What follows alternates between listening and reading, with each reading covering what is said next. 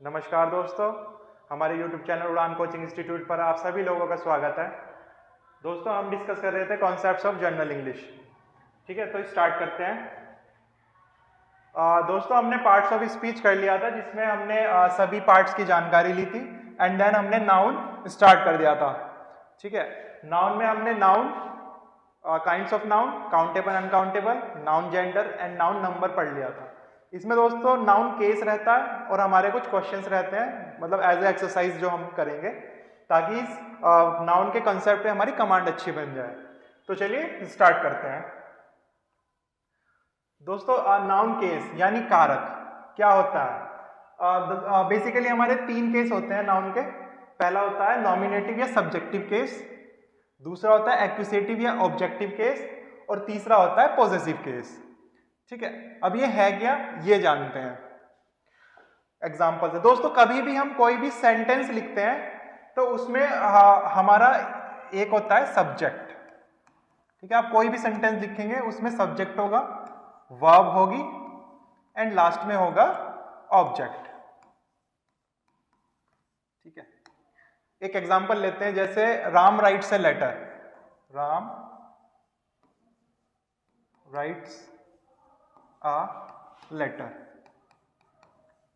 ठीक है दोस्तों, इसकी हिंदी भी लिखता हूं मैं साथ में। राम ने एक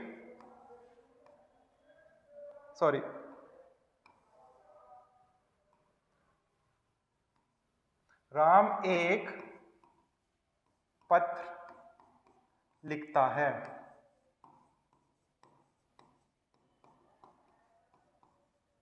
ठीक है, ये एक सेंटेंस हो गया।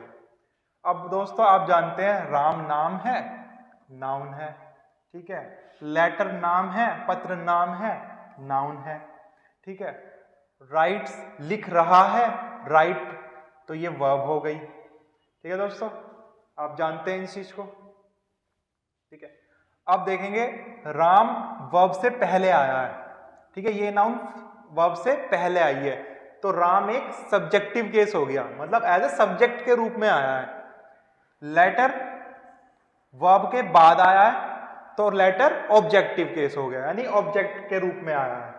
अभी इसी सेंटेंस को मैं दूसरे वे में लिखता हूं, जैसे कि अ लेटर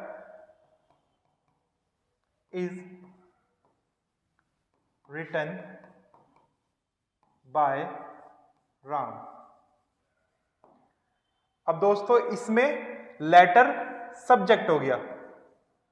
ठीक है, रिटन वर्ब है एंड ये लास्ट में ऑब्जेक्ट हो गया राम।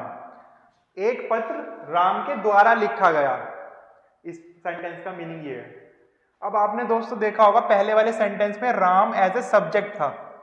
ठीक है, और लेटर ऑब्जेक्ट। ठीक है, वर्ब हमारी बीच में ही है। तो आपने क्या समझा? वर्ब से पहले जो आए वो सब्जेक्ट, वर्ब के बाद जो आए वो ऑब्जेक्ट। सिंपल। दोस्तों, इसका हमारा रूल भी है। सब्जेक्टिव केस को हम किसी सेंटेंस में किस तरह से पता लगाते हैं, उसके दो रूल हैं। वर्ब से पहले यानी बिफोर वर्ब, वर्ब से पहले हमें हु या फिर व्हाट लगाकर देख सकते हैं, तो हमारा सब्जेक्ट निकल के आ जाएगा। कैसे दोस्तों? हु का मतलब होता है कौन। ठीक है, या फिर किसने। कौन होता है या फिर होता है किसने। ठीक है, व्हाट का मतलब होता है क्या। ठीक है, कौन या किसने हम अकॉर्डिंग टू सेंस के अकॉर्डिंग हम यूज करते हैं हु का मीनिंग, कि अगर कौन की सेंस बैठ रही है तो हम कौन यूज करेंगे, किसने की सेंस बैठ रही है तो हम किसने यूज करेंगे। ठीक है, जैसे यहां पे ये ये सेंटेंस था, राम राइट्स अ लेटर। अब हम रूल लगाते हैं हु राइट्स अ लेटर।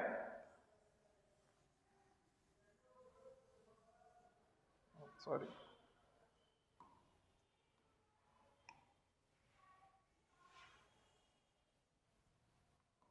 ठीक है, अगर मैं यहां पे लिखूं हु राइट्स अ लेटर,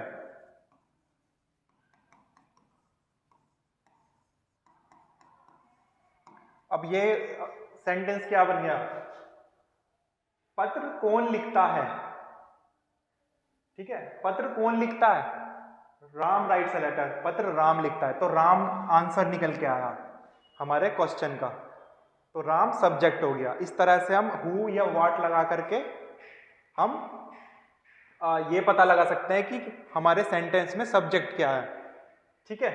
या हम अगर यहाँ पे किसने की फॉर्म को यूज करें, लेटर किसने लिखता है, ये नहीं बना, तो यहाँ पे कौन की सेंस बन रही है, तो हम कौन यूज करेंगे।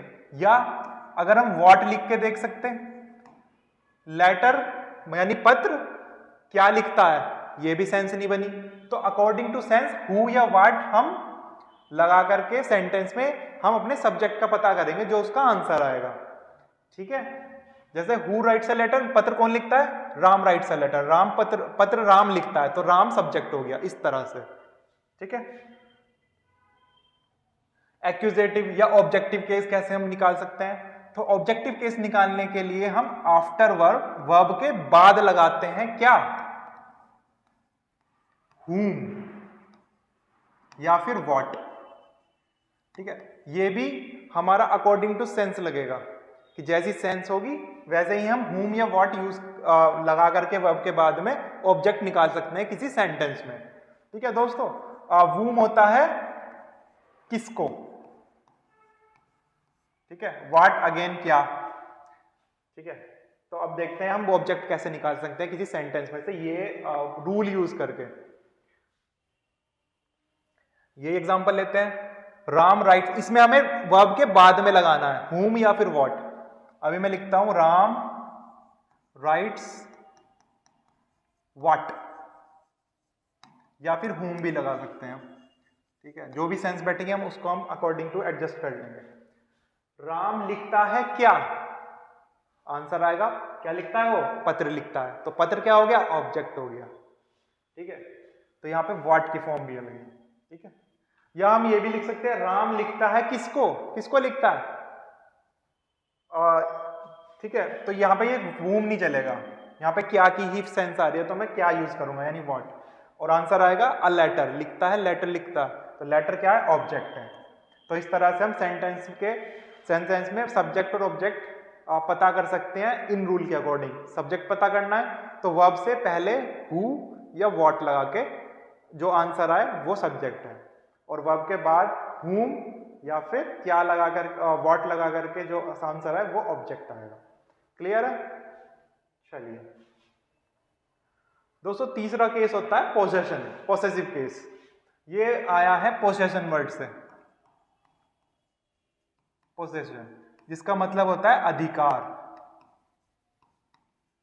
जिस किसी चीज का जिस पर अधिकार होता है तो हम उसमें पोजेसिव केस बोलते हैं उसको, और इसको हम दर्शाते हैं अपोस्ट्रोफी एस से, ठीक है।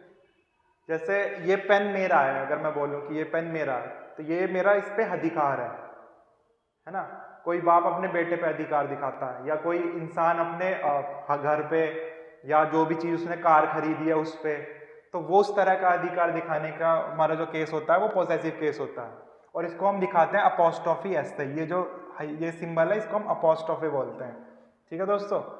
इसका मतलब होता है का के की, ठीक है। जैसे मैं बोलता हूं कि राम की पुस्तक, तो राम्स बुक, यहाँ पे की सेंस बनी, ये भी हम अकॉर्डिंग टू सेंस इसका मतलब ले सकते हैं का के की का, ठीक है। तो राम्स बुक या अपोस्ट्रोफियस बता रहा है कि राम की किताब, ठीक है। तो राम की किताब है तो राम का उस पर अधिकार है, तो ये बता रहा है इसमें से, तो ये पोजेशन हो गया यानी अधिकार।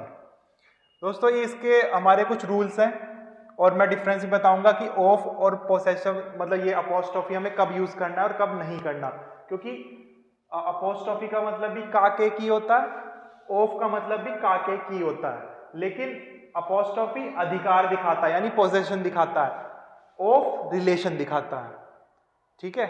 कैसे अभी हम सीखते हैं, आगे रूल पढ़ते हैं। सिंगुलर लिविंग नाउन, जो भी सिंगुलर हैं और लिविंग नाउन है यानी जीव वस्तुएं हैं, ठीक है। मतलब जीवित क्या है, बेसिकली लोग हैं, जानवर हैं, ठीक है। तो वो नाउन के साथ, या प्लूरल लिविंग नाउन जो उनके पीछे एस नहीं आता, उसमें हम अपोस्ट्रोफी एस लगाएंगे अधिकार दर्शाने के लिए। कैसे? जैसे यही एग्जाम्पल था, राम एक लड़का है, राम्स बुक, अपोस्ट्रोफी एस से हमने दर्शा दिया उसका अधिकार।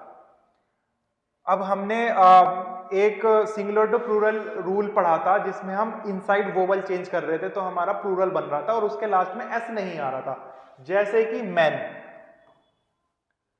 मैन का प्लूरल बनाऊंगा तो एम ई एन होगा, है ना, ए से ई बन कर दिया तो ये प्लूरल हो गया, और इसके लास्ट में एस भी नहीं आ रहा है, तो ये प्लूरल लिविंग नाउन है।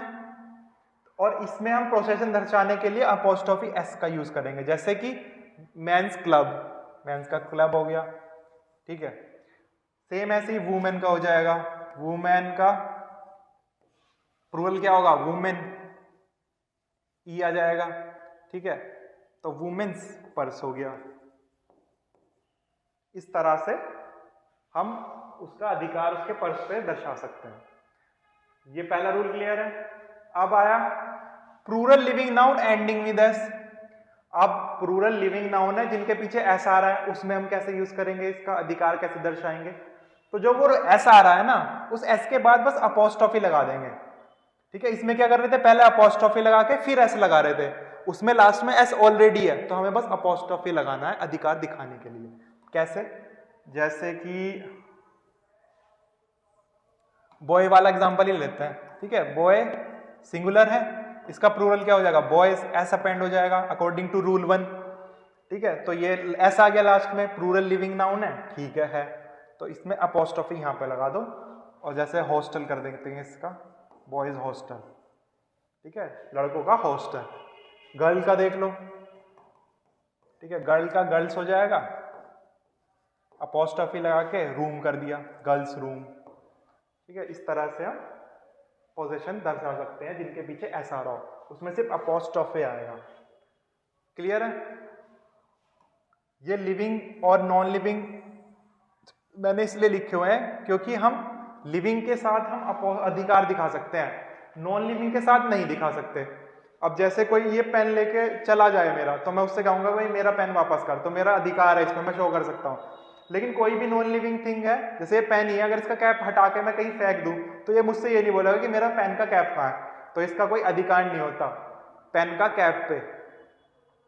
ये रिलेशन है सिर्फ पेन का कैप पे, किया इस पेन को कैप लगा सकता हूं, ये रिलेशन है इसका, यानी पेन का कैप, तो का की सेंस आ रही है पर अपोस्ट्रोफी अधिकार नहीं शो हो रहा, उसमें हो रहा है रिलेशन शो। तो रिलेशन के लिए हम ऑफ यूज करते हैं, जैसे मैं ये लिखता हूं पेन कैप, ठीक है, पेन्स कैप, तो मैं ये नहीं लिख सकता क्योंकि ये पेन क्या है, नॉन लिविंग थिंग है, नॉन लिविंग थिंग पे हम ऑफ यूज करते हैं। तो इसका सही वाक्य क्या होगा, cap of the pen, pen का कैप। ये राइट है, ये गलत है, अपोस्ट्रोफी हम निर्जीव वस्तुओं के साथ यूज नहीं करेंगे। क्लियर है?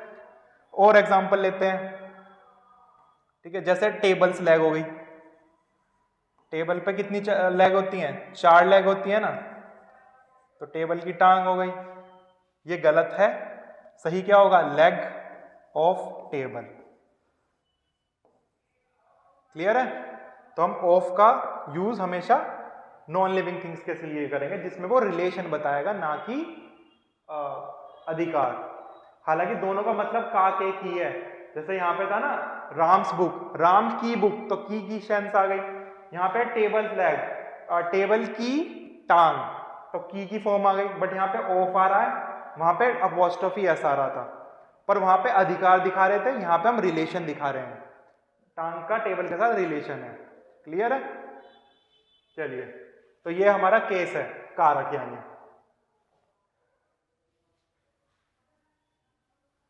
चलिए दोस्तों, अब एक्सरसाइज स्टार्ट करते हैं जल्दी से, ठीक है। क्वेश्चन 1 कहता है which of the following word is a noun. अब आपको इसमें नाउन बतानी है कौन सा वर्ड है। Interesting, develop, teacher and brave. Interesting, interesting होता है दोस्तों दिलचस्प, जैसे हमने एग्जाम्पल लिया था mathematics is an interesting subject, तो इंटरेस्टिंग यानी दिलचस्प सब्जेक्ट है, तो ये क्या बता रहा है, विशेषता बता रहा है ना मैथमेटिक्स की, तो विशेषता बता रहा है, तो ये क्या हो गया, ये तो एडजेक्टिव हो गया, तो ये तो नाउन है नहीं। डेवलप, कोई भी चीज हम विकसित कर रहे हैं, तो विकसित हो रही है मतलब ये एक तरह से कार्य हो गया, है ना, एक्शन हो गया, तो एक्शन हो गया तो ये तो वर्ब हो गई। टीचर, जी हाँ टीचर हो सकता है नाम, क्योंकि ये हमारा नाम है और ये कैसा है, ये कॉमन जेंडर भी में पढ़ा था हमने कि teacher could be a girl और अ बॉय, है ना, तो ये हमारा नाउन है, तो ये राइट आंसर है। अगेन ब्रेव भी देख लेते हैं, ब्रेव क्या है, बहादुरी, he is an brave boy, he is a brave boy, यह एक बहादुर लड़का है, तो बहादुर क्या दिखा रहा है, उसकी विशेषता दिखा रहा है, तो ये भी एडजेक्टिव हो गई, तो इसमें से नाउन क्या है, टीचर, तो teacher is the right answer.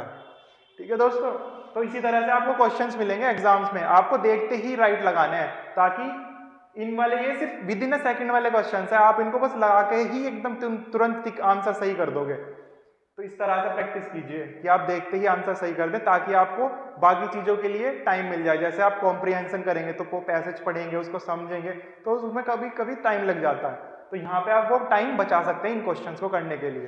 ठीक है, चलिए दूसरे क्वेश्चन की प्रैक्टिस करते हैं फटाफट।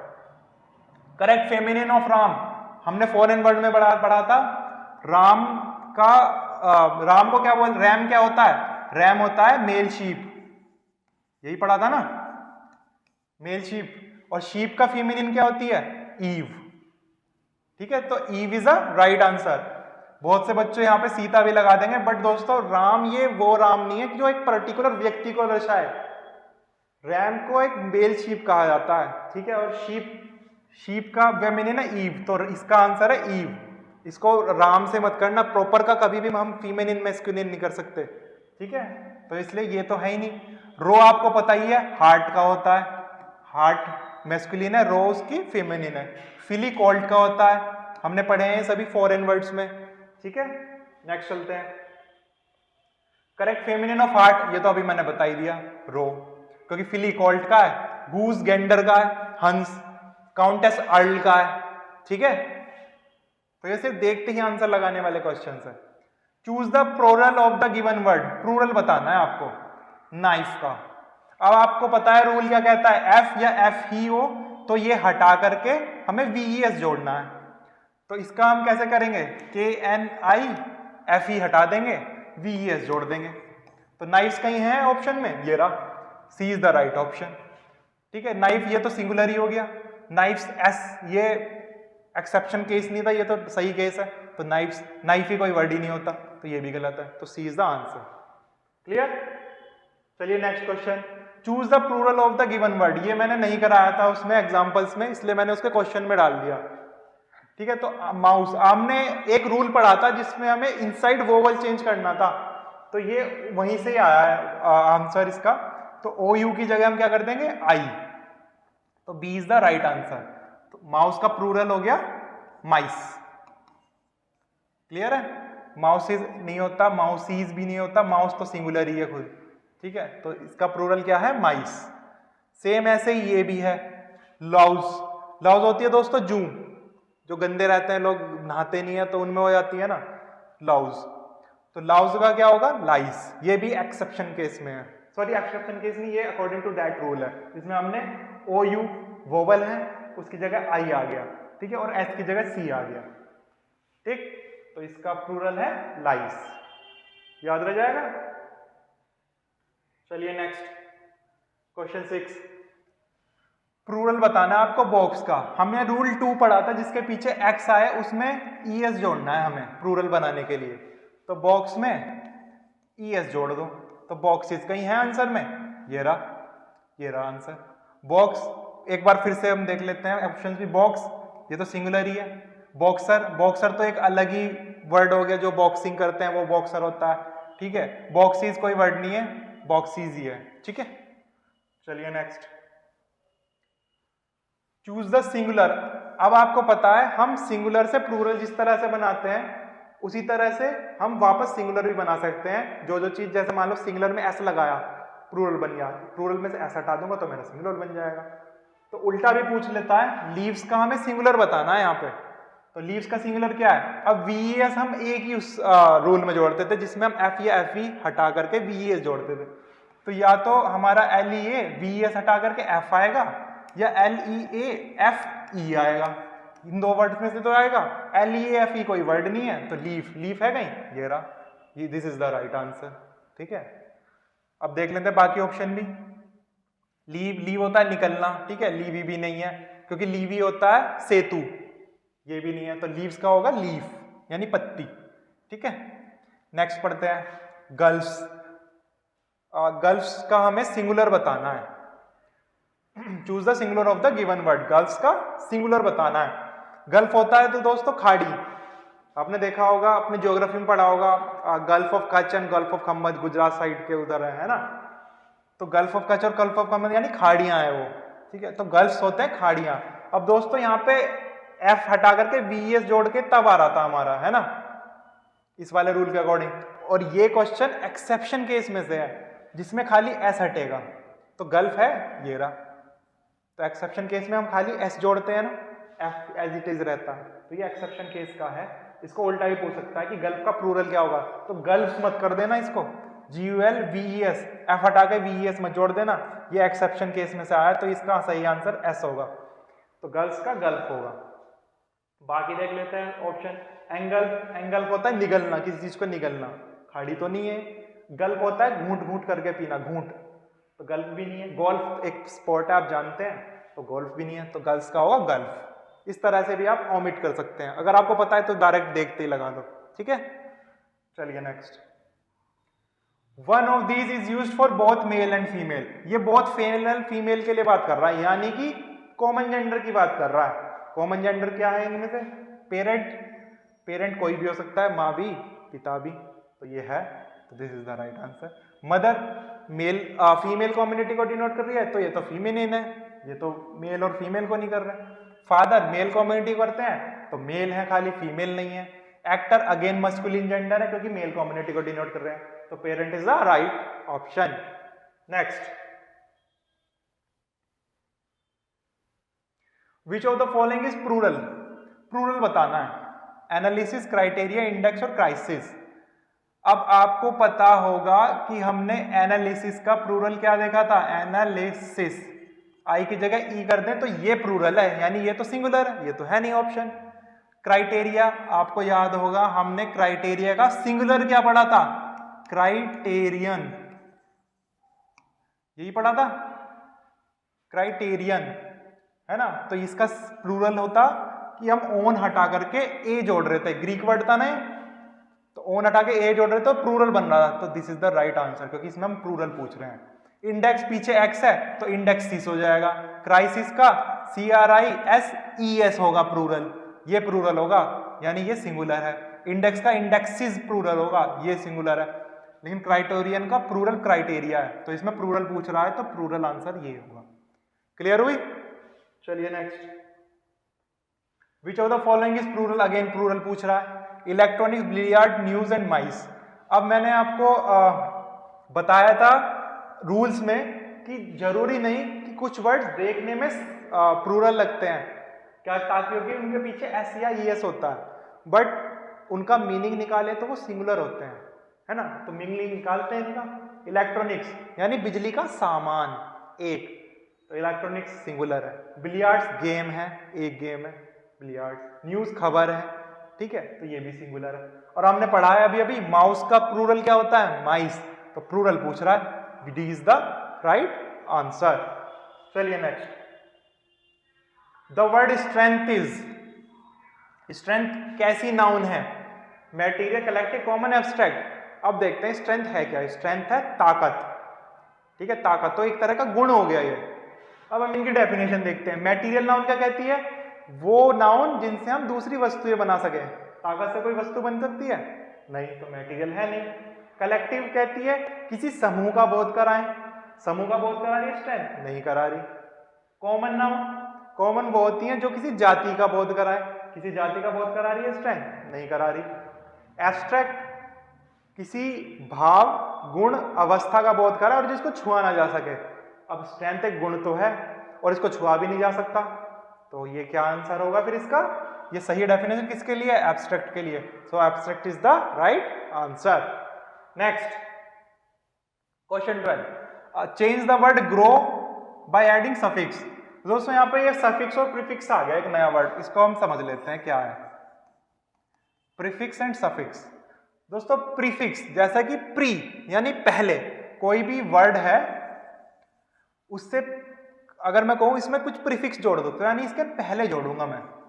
प्रीफिक्स हमेशा वर्ड के पहले जोड़ा जाता है और सफिक्स बाद में। इतनी बात क्लियर हुई? प्री मतलब पहले, कोई भी वर्ड के अगर आपको आए कि इस वर्ड में प्रीफिक्स जोड़ो तो आप जो भी ऑप्शन होंगे उसको पहले जोड़ करके उसको देख लेंगे। और अगर बोले कि सफिक्स तो उस वर्ड को बाद सफिक्स यानी उस वर्ड के बाद जोड़ करके वो वर्ड देख लेंगे। ठीक है, तो अब ये क्वेश्चन में क्या कह रहा है? ये क्वेश्चन में क्या कह रहा है कि इस वर्ड के बाद सफिक्स जोड़ के हमें नाउन बनानी है। ठीक है, बनाते हैं। जो भी ऑप्शन है इसको बना के देख लो। GROW तो एज इट इज रहेगा, पीछे S जोड़ दो। GROW पीछे N जोड़ दो। GROW पीछे ING जोड़ दो। GROW TH जोड़ दो। ठीक है, यही लिखे हुए हैं ना यहाँ पे, ये हमने जोड़ लिया। अब ये वर्ड बने हैं, अब इनको देखते हैं इनमें से नाउन कौन सी बनी है। ग्रो होता है उगना या उगाना। ठीक है, ग्रोस एस लग गया। अब आप जानते हैं जब भी मेरा सिंगुलर नाउन होता है उसके साथ वर्ब में एस या ईएस लगा के उसको सिंगुलर वर्ब के साथ यूज कर सकते हैं, है ना। तो ये वर्ब बन गई क्योंकि इसमें हमने एस जोड़ दिया, तो ये ग्रो वर्ब है। ठीक है ना, उगना, क्योंकि एक तरह से एक्शन है ना। तो ग्रोस एस जोड़ दिया तो ये तो वर्ब ही बनी रहेगी, तो ये तो वर्ब है, ये तो नाउन नहीं बनी। ग्रोन, अब ग्रो की ही थर्ड फॉर्म ग्रोन होती है। ऐसा होता है ना, ग्रो, ग्रीव, ग्रोन, तो ये थर्ड फॉर्म है वर्ब की, तो ये अगेन वर्ब हो गई जिसकी वजह से थर्ड फॉर्म है। ये हम वर्ब पढ़ेंगे तब आपको समझ में आ जाएगा। ठीक है, ग्रोइंग, अगेन आईएनजी जुड़ गया तो ये अगेन वर्ब ही बनेगी, वर्ब प्लस आईएनजी। ये हम कंटिन्यूअस में यूज करते हैं। जब हम कंटिन्यूअस टेंस पढ़ेंगे ना तब आपको समझ में आ जाएगा कि आईएनजी हम कब यूज कर सकते हैं। ठीक है, या तो पार्टिसिपल्स में कर सकते हैं या फिर हम कंटिन्यूअस जब टेंस करेंगे तब आ जाएगा। लेकिन ये रही तो वर्ब ही ना, तो ये भी वर्ब है। तो क्या बचा? ग्रोथ। जी हाँ बिल्कुल, ग्रोथ है, नाउन है। नाउन इज द मतलब I mean TH is the right option. इस तरह से आप लगा सकते हैं। ठीक है,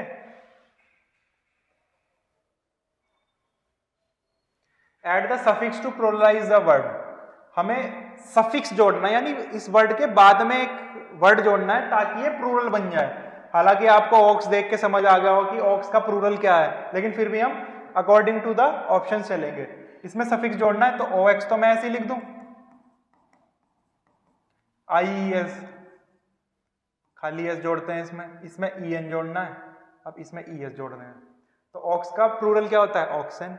ऑक्सन कहाँ ये रहा, तो EN जोड़ने से ऑक्सन बना, तो EN is the right option. Oxes गलत है, ऑक्सिस कोई वर्ड ही नहीं होता, ऑक्सिस भी गलत है। ठीक है, तो C is the right option. Clear? चलिए next, which of the following is material noun. अब आप जानते हैं मेटीरियल नाउन की डेफिनेशन, वो नाउन जिनसे दूसरे पदार्थ बनाए जाएं। तो इनमें से कौन सी ऐसी नाउन है जिससे हम पदार्थ बना सकते हैं दूसरे? एयर से कोई पदार्थ बना सकते हैं? नहीं। काव से कोई पदार्थ बना सकते हैं? बिल्कुल नहीं। गोल्ड से बना सकते हैं? जी हाँ बिल्कुल, ज्वेलरी बनाते हैं। क्लास से बना सकते हैं? नहीं। हालांकि काव से बनाते हैं कि उसकी मार करके उसकी चमड़ी उतारते हैं, बट वो लीगली नहीं है, वो सही नहीं होता। तो इसको हम इसलिए गलत कार्य में लेदर नहीं बना सकते हैं, लेकिन हम नहीं बनाएंगे। ठीक है, तो हमारा सही आंसर है गोल्ड। ठीक है, एयर भी गलत है, काव से भी हम कुछ बना नहीं सकते और क्लास से भी नहीं। गोल्ड से हम ज्वेलरी बनाते हैं, तो gold is a material noun. Clear है? Which of the following is abstract noun. आप जानते हैं एब्स्ट्रैक्ट क्या है? भाव, गुण या अवस्था का बोध करे और जिसको छुआ ना जा सके। देखते हैं कौन कौन है। वुमेन, वुमेन कोई गुण तो है नहीं और इसको छू तो बिल्कुल भी मत लेना, पिटोगे बहुत। ठीक है, तो वुमेन तो हमारा क्या हो गया? ये तो किसी जाति का बोध करा रही है ना, तो ये जातिवाचक, ये तो क्या कहते हैं, कॉमन नाउन है। ये तो नहीं है। कनेक्शन होता है रिलेशन, ये एक व्यक्ति का दूसरे से कनेक्शन, तो जुड़ना बेसिकली, तो ये हो सकता है। आगे देखते हैं इतने। बॉय लड़कों की जाति का बोध करा, ये अगेन हमारा जातिवाचक संज्ञा हो गया। प्लो, प्लो होता है कि जोतना, यानी कि जैसे खेत जोतते हैं ना, वो है ये। तो ये तो जोतना, ये तो डूइंग वर्ड हो गया, ये तो वर्ब हो गई, ये तो नाउन है ही नहीं पहली बात। तो ये भी आंसर नहीं है, ये भी आंसर नहीं है, ये भी आंसर नहीं है। तो आंसर क्या बचा? कनेक्शन। अब देखते हैं कैसे कनेक्शन होता है किसी व्यक्ति का व्यक्ति से रिलेशन, यानी जुड़ना, मीन इमोशनली या कैसे भी, और जिसको हम छू नहीं सकते, है ना। एक तरह का भाव हो गया ना एक व्यक्ति का एक व्यक्ति से, तो भाव है तो भाववाचक संज्ञा ही तो एब्स्ट्रैक्ट नाउन।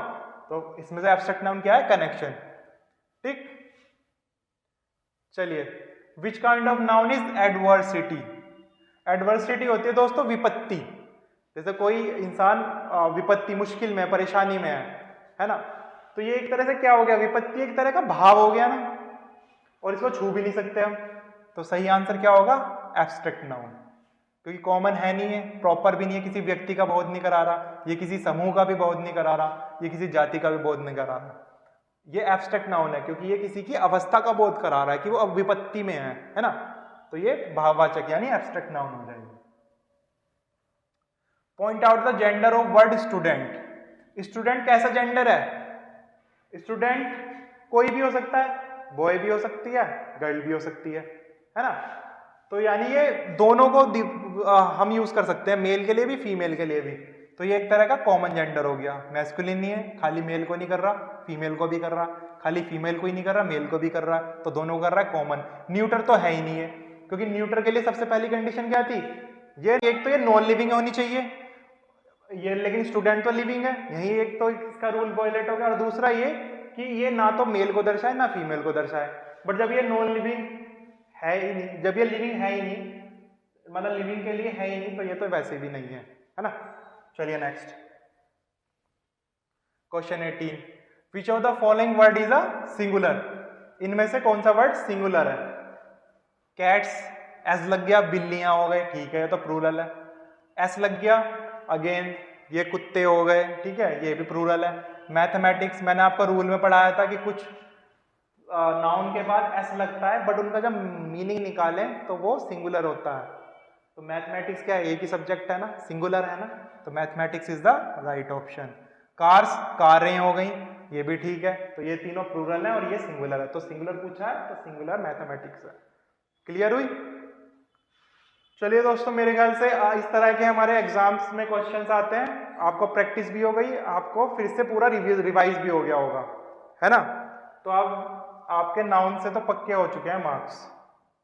चलिए, अब हम जैसा कि हर वीडियो के एंड में हमें 20 वर्ड्स याद करने हैं, तो आज ये कुछ ऐसे वर्ड हैं जिनमें हम अक्सर कंफ्यूज हो जाते हैं या कहीं कहीं हम मिसयूज कर देते हैं उनका यूज करते टाइम, ठीक है। तो इनमें कंफ्यूज नहीं होना, अब हम इनको पढ़ते हैं। चलिए, एक्सेप्ट एंड एक्सेप्ट। दोस्तों, एक्सेप्ट होता है कोई भी चीज आपको मिली, आपने एक्सेप्ट कर ली, यानी आपने स्वीकार लिया उसको, उसमें आप ए वाला एक्सेप्ट यूज करेंगे, ठीक है। एक्सेप्ट होता है के अलावा, के अलावा मतलब छोड़ दिया उसको। जैसे मैं एक एग्जांपल लेता हूं कि I can drive any vehicle except airplane, मतलब मैं कोई भी व्हीकल यानी कोई भी व्हीकल ड्राइव कर सकता हूं, बट प्लेन को छोड़कर, एयरप्लेन को छोड़कर मैं सारे व्हीकल चला सकता हूं। तो एक्सेप्ट एयरप्लेन, एक्सेप्ट का मतलब प्लेन को छोड़कर, तो यानी एक्सक्लूडिंग, के अलावा, प्लेन के अलावा मैं सारे व्हीकल्स चला सकता हूं। क्लियर हुआ एक्सेप्ट? नेक्स्ट देखते हैं अल्टरनेट एंड अल्टरनेटिव। अल्टरनेट होता है एक के बाद एक छोड़कर। जैसे मैं बोलूं कि आपको ऑड वर्ड्स, ऑड नंबर्स लिखो 1 3 5 7, तो ये एक को बाद एक छोड़कर है ना, 1 2 छोड़ दिया 3 4 छोड़ दिया 5 6 छोड़ दिया 7, तो ये ऑल्टरनेट नंबर्स हो गए। तो यानी एक के बाद एक छोड़कर है ना, वन आफ्टर अनदर, एक के बाद एक छोड़कर एक। ऑल्टरनेटिव होता है सब्स्टिट्यूट, यानी विकल्प। जैसे आपने देखा होगा कहीं आपको कुछ टास्क मिला, आप सोचोगे कि भाई ये तो नहीं होगा, मुझे इसका कोई अल्टरनेटिव दे दो, यानी कोई और विकल्प है मेरे पास कि मैं इसको ना करके दूसरा कर लूं कुछ, है ना। तो ये अल्टरनेटिव होता है विकल्प। Clear? Access and excess. Access होता है पहुंच, यानी अप्रोच। जैसे इस बोर्ड के ऊपर तक मेरी अप्रोच है, तो अगर आप कोई भी चीज रखोगे तो मैं उसको एक्सेस कर पाऊंगा, यानी उस तक मेरी पहुंच है तो मैं उस तक पहुंच जाऊंगा। वो होती है एक्सेस।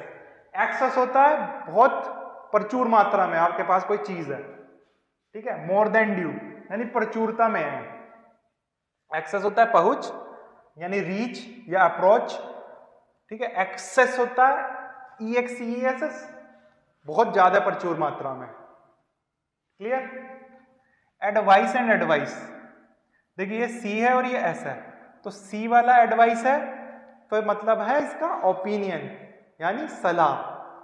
C वाले एडवाइस की सलाह, खाली सलाह। एडवाइस अगर S लग गया तो वो सलाह देना, किसी को हमने ऑफर करी अपनी सलाह, तो C वाले एडवाइस को सिर्फ है ओपिनियन, यानी खाली सलाह है इसका मतलब एडवाइस का।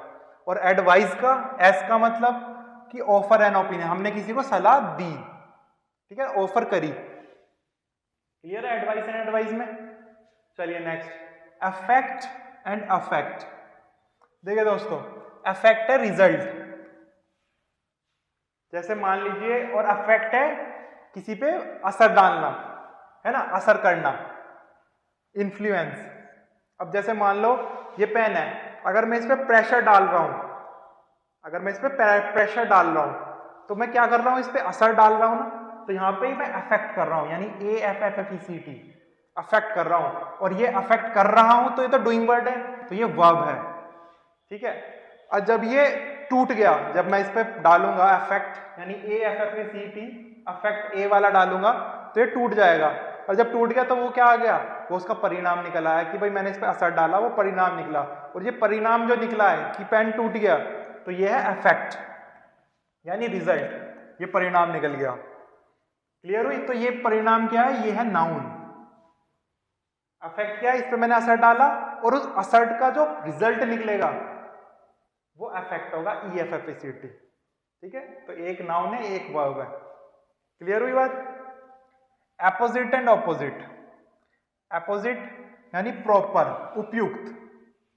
जैसे कोई चीज किसी भी, जैसे मान लो कोई क्या कहते हैं, कोई भी डिस्कशन चल रहा है, किसी ने अपना कोई पॉइंट दिया और वो बिल्कुल फिट बैठा उस डिस्कशन पे, तो वो अपोजिट टू दैट डिस्कशन है, वो है ना। ऑपोजिट होता है सामने, जैसे इस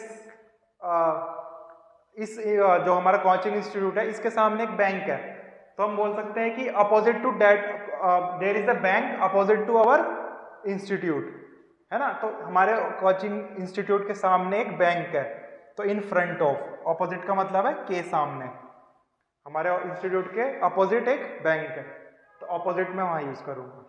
क्लियर है। चलिए, अमेंड एंड अमेंड। अमेंड दोस्तों, आपने अगर इंडियन पॉलिटी पढ़ी है उसमें कॉन्स्टिट्यूशन पढ़ा होगा।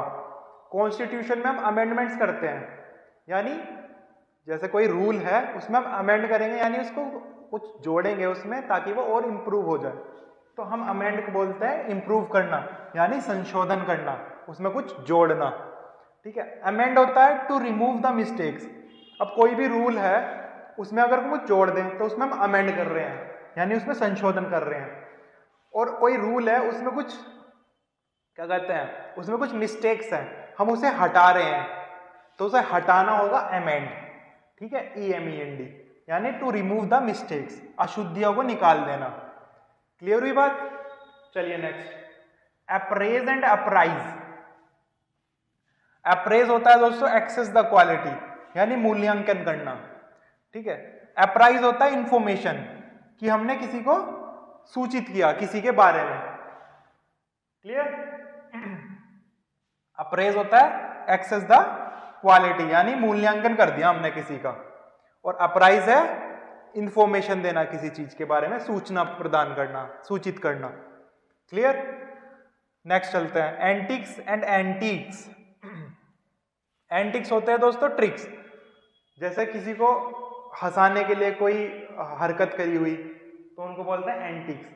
और एंटीक्स होते हैं QUES, जैसे आपने देखा होगा कि कहीं म्यूजियम है उसमें एंटीक चीजें रखी जाती हैं, मतलब जो एंशियंट चीजें हैं, जो पुरानी चीजें हैं, है ना, तो एंशियंट पीसीज ऑफ आर्ट होगा एंटीक्स, यानी प्राचीन काल की वस्तु है। और एंटिक्स, एंटिक्स होगा ट्रिक्स यानी हंसाने के लिए की गई हरकत। Clear? Allusion and illusion, allusion होगा इनडायरेक्ट रेफरेंस यानी संकेत। जैसे कि मैं बोलता हूं chocolate is his spinach, chocolate is his spinach. अब आपने बचपन में कार्टून देखा होगा पोपाई, या नाम सुना होगा, उसमें वो स्पैनिच खाता था तो वो ताकतवर बन जाता था, है ना।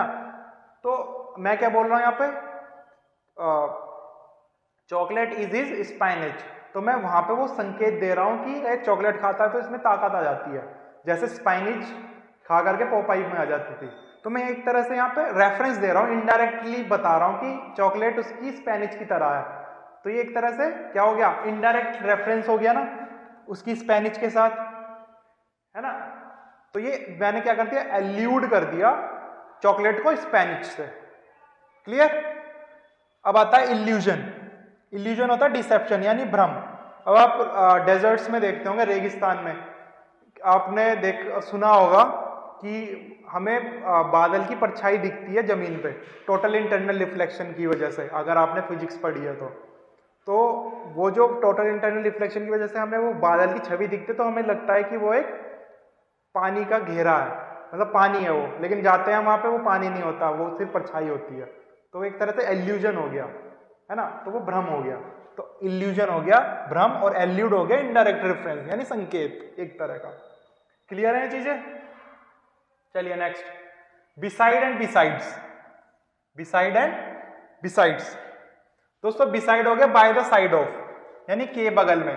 अगर मैं बोलता हूं कि my house beside the bank, यानी बैंक के बराबर में मेरा घर है, ठीक है। बिसाइड्स हो गया, एस लगा हो गया, तो इसका मतलब है के अलावा यानी अपार्ट फ्रॉम। जैसे कि besides you your brother could also come, तुम्हारे अलावा तुम्हारा भाई भी आ सकता है। तो बिसाइड्स में के अलावा, बिसाइड मीन्स के बगल में। क्लियर हुई? Next, bridle and bridal. Bridle होता है दोस्तों हेड गियर ऑफ हॉर्स, जो लगाम होती है ना घोड़े की, उसको ब्रीडल बोलते हैं। ब्राइडल होता है दूल्हा या दुल्हन से संबंधित, जैसे ब्राइडल लहंगा हो गया, ब्राइडल ज्वेलरी होगी, ब्राइडल मेकअप हो गया, इस तरह से। तो उन ब्राइडल यानी दूल्हा या दुल्हन से संबंधित चीजें ही है ना, ब्राइडल जिसके आगे लग गया, है ना। तो ब्राइडल हो गया रिलेटेड टू ब्राइड या ब्राइडग्रूम, दूल्हे या दुल्हन से संबंधित, ठीक। Beneficial and beneficiary. बेनिफिशियल होता है दोस्तों यूजफुल, कि जैसे आप सुबह उठ करके पानी पियोगे तो वो आपके लिए बेनिफिशियल होगा, यानी आपके लिए उपयोगी होगा, ताकि आपका जो डाइजेस्टिव सिस्टम है वो अच्छा रहे, है ना। तो वो बेनिफिशियल हो गया। बेनिफिशियरी हो गया लाभार्थी। आपने जब भी कभी बैंक में गए हो, कोई फॉर्म भरा हो, तो उसमें लिखा रहता है ना बेनिफिशियरी नेम, लाभार्थी का नाम, यानी लाभार्थी मतलब आपको लाभ मिलेगा अगर आप उस बैंक में खाता खुलाते हैं। कैसे लाभ मिलता है? आप उसकी सारी सर्विसेज जो यूज करते हैं, बैंकिंग मतलब जो भी आपको कोई भी बैंक रिलेटेड काम करना है तो, है ना, तो उसमें आप उस बैंक की सर्विसेज यूज कर रहे हैं, तो आप बेनिफिशियरी हो गए उस बैंक के लिए। क्लियर है? बेनिफिशियल मीन्स उपयोगी, बेनिफिशियल मीन्स लाभार्थी, बेनिफैक्टर भी बोलते हैं लाभार्थी, ठीक है। बोर, नेक्स्ट चलते हैं। बोर होता है जंगली सुअर, ठीक है, पिग हो गया, ठीक। बोर हो गया टॉलरेट, यानी सहन शक्ति, कि कब तक आप उसको बोर कर सकते हो, यानी आप उसको कब तक बर्दाश्त कर सकते हो, ठीक है। Bot and bought. बॉट होता है दोस्तों बाय, बाय की थर्ड एंड सेकंड फॉर्म है, ये वर्ब है। बाय का मतलब होता है खरीदना, एंड ब्रिंग का मतलब होता है लाना, ठीक है। तो ब्रिंग की थर्ड फॉर्म या सेकंड फॉर्म ब्रॉट होती है, जिसमें आर आ जाता है, और इसमें आर हट नहीं होगा, वो होगी बाय की। बाय होता है खरीदना, कोई भी आप मार्केट में जाके सामान खरीदते हो, वो हो गया बाय। ब्रिंग हो गया लेके आना, जैसे मैं बोलूंगा ब्रिंग द बुक, कि मेरे लिए वो बुक लेके आओ, ठीक है। तो लाना हो गया ब्रिंग। क्लियर? नेक्स्ट चलते हैं, childish and child like. Childish होता है कि बचकानी हरकतें, जो बच्चे करते हैं ना, 1-1.5 साल का बच्चा जो हरकतें करे, वो चाइल्डिश हरकतें होगी, यानी थोड़ी बचकानी हरकतें होगी, क्योंकि उसको किसी बात की समझ नहीं है, यानी फुलिशनेस होगी एक तरह से, है ना, बेवकूफी भरी हरकतें होंगी। चाइल्ड लाइक बच्चे की तरह दिखना। अब बच्चे तो मासूम ही होते हैं, अगर आप देखोगे कोई भी बच्चा तो मासूम ही होगा, हालांकि आजकल के बच्चे काफी तेज होते हैं, बट जो 1 साल का है या उससे छोटा है वो इनोसेंट ही होगा, मासूम ही होगा, है ना। तो बच्चों की तरह, चाइल्ड लाइक मतलब बच्चों की तरह दिखने वाला, इनोसेंट यानी मासूम होगा, बच्चों की हरकतें यानी चाइल्डिश हरकतें वो बेवकूफी भरी हरकतें होंगी। क्लियर? चलिए नेक्स्ट चलते हैं, कंटिन्यूअल एंड कंटिन्यूअस। दोस्तों कंटिन्यूअस होता है विदाउट ब्रेक और कंटिन्यूअल होता है हैपनिंग रिपीटेडली। अब जैसे हम लेक्चर की सीरीज बना रहे हैं, कभी एक आज वीडियो एक डाल दी, फिर एक अगले दिन, हालांकि वो हो नहीं पा रही है क्योंकि थोड़ा कुछ टेक्निकल इशू आ गया था, इसकी वजह से हमारी ये वीडियो लेट हुई, बट अब से हम कंटिन्यूटी में रहेंगे, यानी एक डेली आपको एक वीडियो मिलेगी, ठीक है। तो ये मतलब हम कंटिन्यूअल प्रोसेस में रहेंगे। तो कंटिन्यूअल है कि हैपनिंग रिपीटेडली, यानी आज एक, कल अगेन एक और बार हो गई, उससे अगले दिन एक और बार, तो ये प्रोसेस में चल रही है डेली एक वीडियो, ठीक है। कंटिन्यूअस क्या हो जाएगा? विदाउट ब्रेक, यानी लगातार। जैसे मैं अगर इस सीरीज को खत्म करने के बाद मैं आपकी मैराथन क्लास लूंगा अराउंड 8 to 10 आवर्स की, तो वो 8 घंटे लगातार ही होगी, यानी कंटिन्यूअस होगी वो, बिना ब्रेक के। तो कंटिन्यूअस हो गया बिना ब्रेक के, और कंटिन्यू हो गया हैपन रिपीटेडली, यानी नियमित रूप से हो रही है वो, और कंटिन्यूअस लगातार ही हो रही है बिना ब्रेक के। क्लियर?